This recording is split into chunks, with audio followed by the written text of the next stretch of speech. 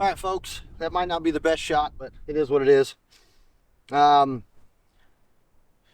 we had this big cat in here. I said it was a tomcat. I thought it was because how big it was, but it's actually queen, 26 plus pound queen. Good looking queen too. The belly, you can see, is pretty nice all the way through. Nice wide belly. It's usually the queens that have the real nice bellies around here. Some of the best cats I've ever sold from Oklahoma were small queens that had really beautiful clear white bellies with good big spots. So that's a good cat. That's gonna make some money.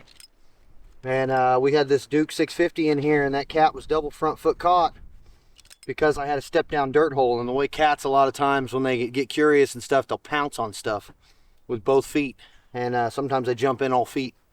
I've never caught a cat with more than 1 foot, but usually I use a smaller trap when I'm trapping cats anyway. This was set for coyotes. And whenever I start cat trapping solely, I'm just going to use 550s or something about that size. I got a handful of Bridger number 3 dogless that I use too whenever I'm trapping cats for walkthrough sets and so forth. But this was a step down dirt hole. And what I'm going to do is I'm going to turn it into a trench set. And I'm going to dig out all this right here. I'm going to get back into my hole that was right there. I'm going to drill that back out, and then I'm going to make it to where it's a trench where whatever animal comes in here is going to have to get down in that trench in order to get to that food. And when that happens, they're going to have a pan sitting right there, a pretty nice sized big pan on those Duke 650s that they're going to step on. Heck, we might even get another double front foot catch. So I'm going to pull this out, break this dirt up real good, and get this out of the way. Get down back there where my hole was.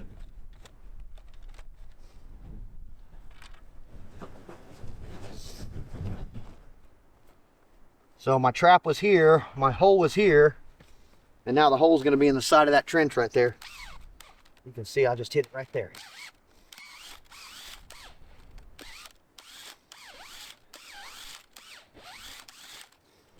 I'm going to bring this out. I'll set some of this up for backing. Make it pretty easy. Have that trench all dug out right there.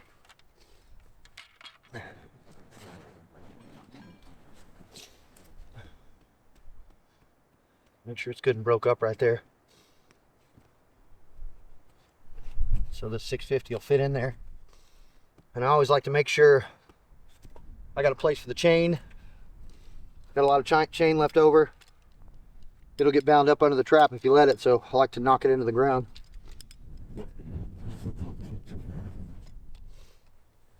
Kind of cold today. Wearing a lot of gear. Get to working too hard, start to sweat a little bit. Then take my coat off, but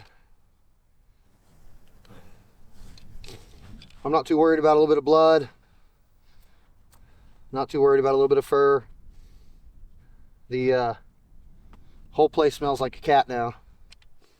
So every animal in the area is going to come investigate and see what's going on.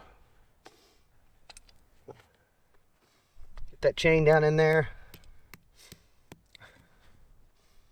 Make sure you've got something to hold the back end of the trap in place. Make sure you got a spot for your levers.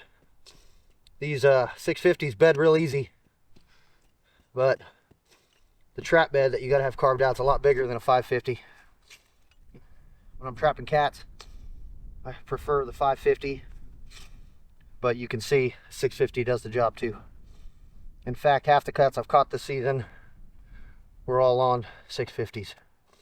I got 24 of them out, and I only have 48 traps out. So the goal, obviously, is to always make sure that your trap is not going to rock. The most important part of trapping is the fact that you have a solid bedded trap. That way an animal can prance around here as much as they have to get down in there without setting off the trap, and it won't move and spook them. So when they hang around long enough and they don't get spooked out, then you're going to be able to eventually get them to step on that pan.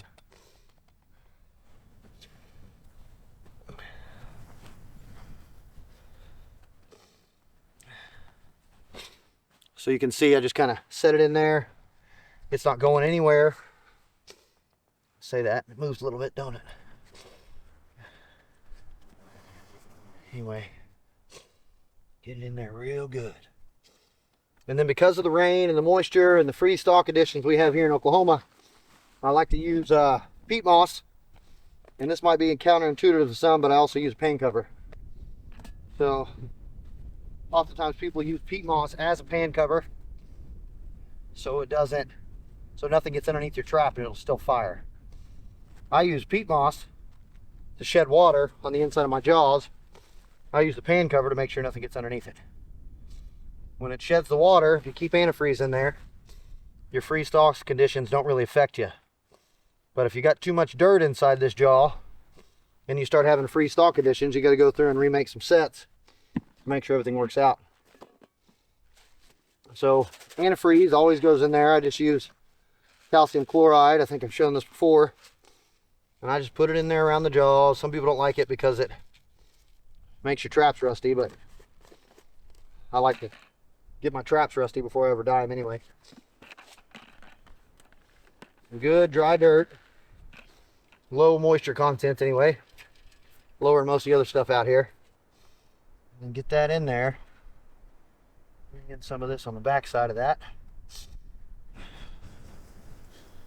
And cover that up. Now we know our trap's not going anywhere. We know right where that pan's at. So I usually come in with a little bit more antifreeze, and then I top it off with local dirt. Once you get it good and topped off, you can blend the set in pretty good. Anything else around it. And now this whole place looks like a bomb exploded because something was digging at that food. And that's what's going to have that coyote in here. Now that pan is probably 11.5 inches from where that hole is. But that's going to work out real good, because those animals are going to have to get down in there to get it. So I'm just going to put a little bit of my Beaver Max bait that I made. And it's real important that you hang on to your cat meat and your beaver meat unless you're going to sell it to somebody who already makes bait, rather than just waste it.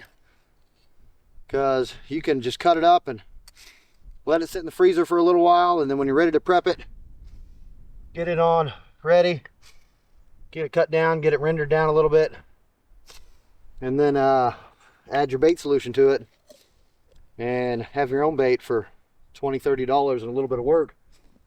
Have gallons of it. I've got probably 5 or 8 gallons of good bait that I made myself in the last few years, and it all produces. I prefer the beaver meat to the cat meat. Maybe I just didn't do it right, I don't know. But here's the finished remake on this trench set that I made. And that cat's gonna, well, cat or coyote, whatever animal comes in here, is gonna want to get into there, but they're gonna have to work their way through this trench to get down into it. I often add a little bit of lure, and I had some Pecos Valley in here. And if you don't know what this stuff is, you're missing out. Wayne Derrick makes one of the best cat call lures on the planet, and everybody who uses it knows it. People would, I've heard some people say they'd like to put it on crackers and eat it themselves. I might not do that, but it sure does smell good. Put some of that up there in the top of that hole and make them think about it a little bit, and that'll get the cats in here. Get you guys a picture of this dirt hole set so you can really see this trench set that I made. And that set will catch. That set's deadly.